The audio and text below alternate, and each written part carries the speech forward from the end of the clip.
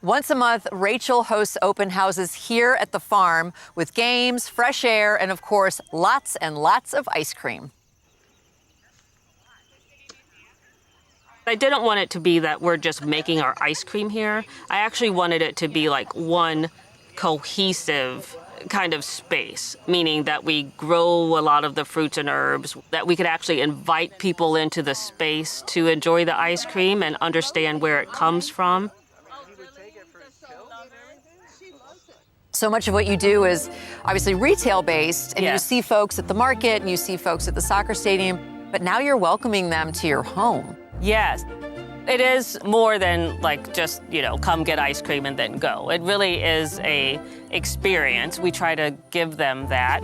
Like someone that, was here at the last open house and like, I really just like strawberry ice cream, but I'm gonna try bringing spiced honey.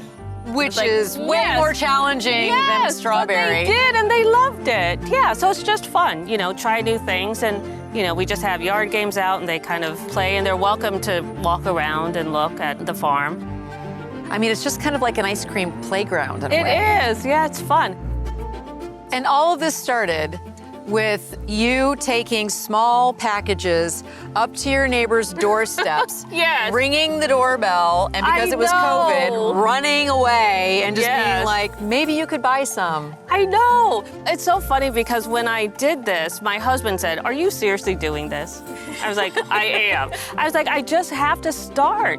And it was great. Like, I met neighbors I hadn't met before just because of ice cream. It's wonderful. Yeah, it worked. It worked. So I would just say if people have crazy ideas, just Go for it. Just try it. It is interesting how things have evolved from my mistake of mint to like the grocery stores and the stadium. I've never worked harder, ever. But I think if you're working hard and luck comes your way, then you're in a better position to kind of capitalize on it.